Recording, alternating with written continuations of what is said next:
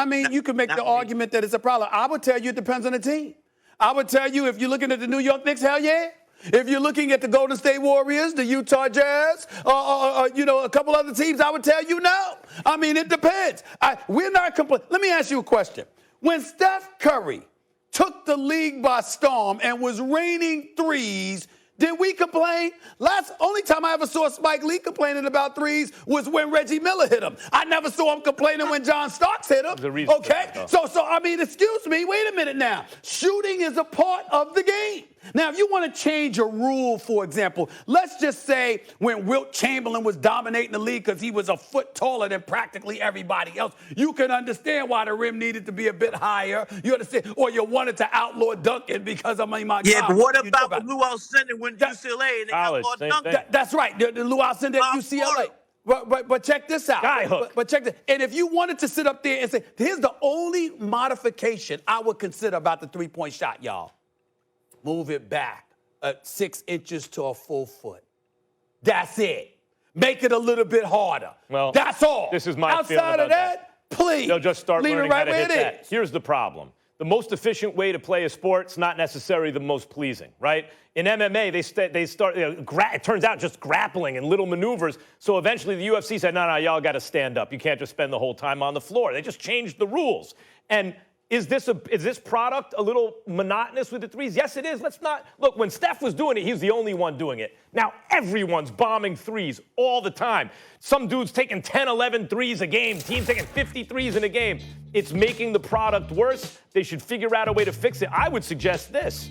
Why is that the only shot worth 3 points? And why is it always awarded by distance? Why not have certain areas, even in the interior or in the mid-range, worth 3? Maybe if you have a defender on you or something like that. There are ways to tinker with it so other shots are also worth an extra point or have extra value so that you get the kind of game you want to see. I don't love this with just 3, 3, 3, 3, 3. That's not the basketball I grew up with. Well, I think it should be a three-point play, but a sky hook. Why has no one, who else does that? And I asked Kareem this. He says, even on the Lakers, he was trying to, tell some of the centers, to show them how to do it. And no one wants to do the sky hook. Yeah. Magic did it. Had the baby hook. Yeah, I mean, Magic and Kareem play together, though. Of course. I don't give a damn about no three-point play for no sky hook. Spike, what's He's wrong fresh. with you? He knows. Criticize the league office and other people who say safety is our number one concern. No, it's not. It's your number 2 concern. Your number 1 concern, that's making money. Your number 2 concern is, while we're making the money, let's try to keep everyone as safe as we can. Let's just be honest about that. Max, are these Stan Van Gundy comments a big deal or no big deal? Max, up first. I mean, look, he's telling the truth. It's no big deal because even Stan Van Gundy is a man. Like, he'll tell you what he thinks. He's not afraid. And he's just, it's not like Stan's sitting there going, listen to this profound thought I have. He's like, hey, everybody. It's a business. It's like getting mad at a shark for eating something. It's not a moral question for a shark. That's what a shark does. A business, by definition, all it is making money. That's all a business cares about. And then you have even in terms of like the good outreach they do in the community. Sure, that's about the people in the business who actually care about that, but it's also very much about the bottom line because we exist in a culture where you at least have to show public facing that you do care about it because that also affects your bottom line. Of course, the number 1 priority is making money. And I don't think Stan thinks he's making a big deal. He's just stating what's obviously true. Well, that might be true. Well, first of all, what he's saying is on the money. But let's not act like it's a bad thing. The fact of the matter is that people ain't playing for free. They ain't working for free. There's an economy. One of the things that I've religiously brought up, and I've been bringing this up from day one, I said safety of human beings obviously is paramount. We all get that. But you know something, Max? I have a mortgage.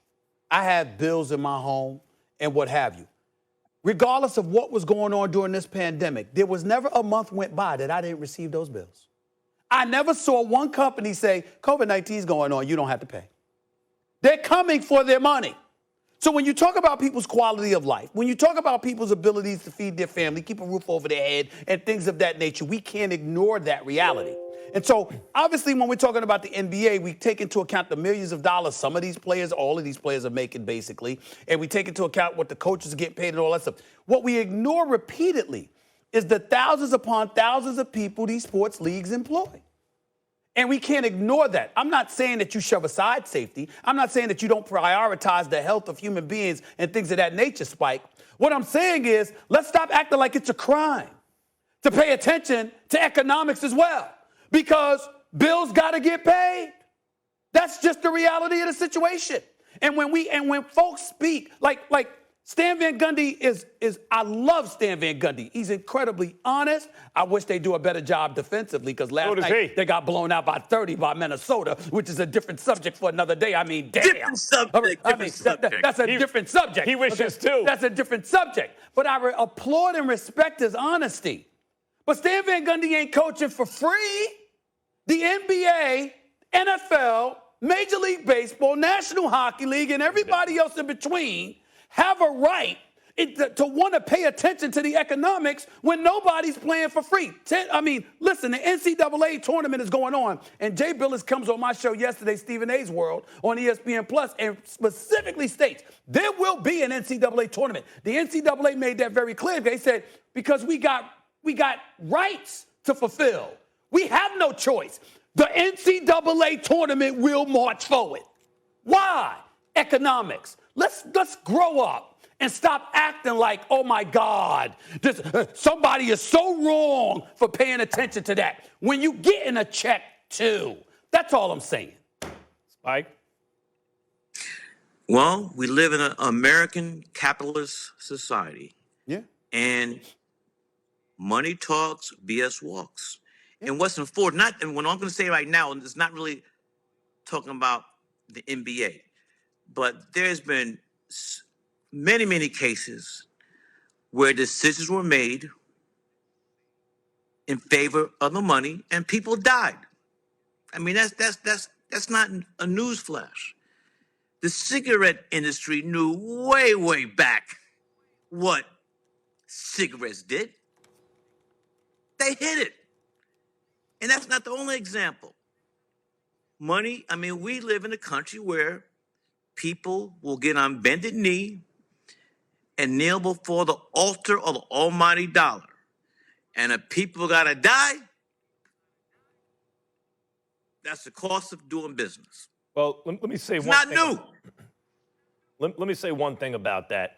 Stephen A., you brought it up about, and Spike, you sound like you're saying, hey, this is not new, and maybe it's not the greatest thing, but this is the truth. And in the cigarette company case, they also added nicotine, which is addictive. So not only do they know it's killing you, they're having you to take more and more of it because they're trying to make money.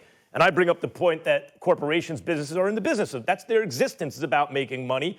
That's what they do. Getting mad at them for it's like getting mad at like a shark for eating. Like that's what it does. But it's how you make the money, though. That's the difference. This is what I'll say about what Stephen A. brought up. How you're kind of defending it in a way, Stephen A., like, hey, they have an economy. We like to think that we believe human life has infinite value, but we don't. People generally don't. If you hear about a crash on a car, a train, a plane, and you hear 2 people die, you feel worse than if 1 did. You know, and that means that it means that you can have more tragedy than a single human life. Infinity times 2 is still infinity, and yet you feel worse. It's a bigger tragedy, meaning we don't believe each life has infinite value. And if people don't think that corporations even do cost-benefit analysis or governments in terms of human life, you're crazy.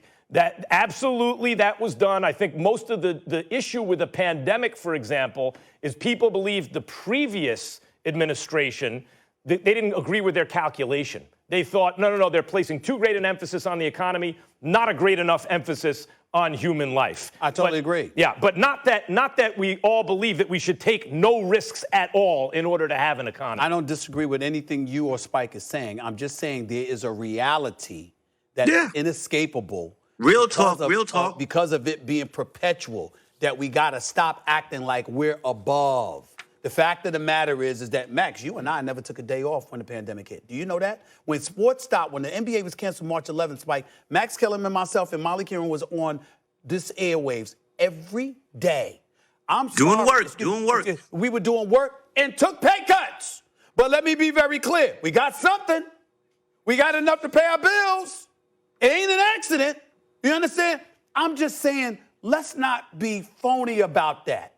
And I'm not accusing Stan Van Gundy because I love Stan Van Gundy. I'm not accusing him or anybody else of being that way. I'm just saying this is the world we live in. Let's not acting like we don't know it. And we're not participants in it and to some degree enablers of it. Yeah, we are. The question is not whether or not we participate. Obviously, everyone does. The question is the degree to which we participate, how we value the risk versus the reward and all of that. Okay, I'm with you on that one. Yeah. I'm with you on that one. Guys, we got time for one more. I want to do this. So a recent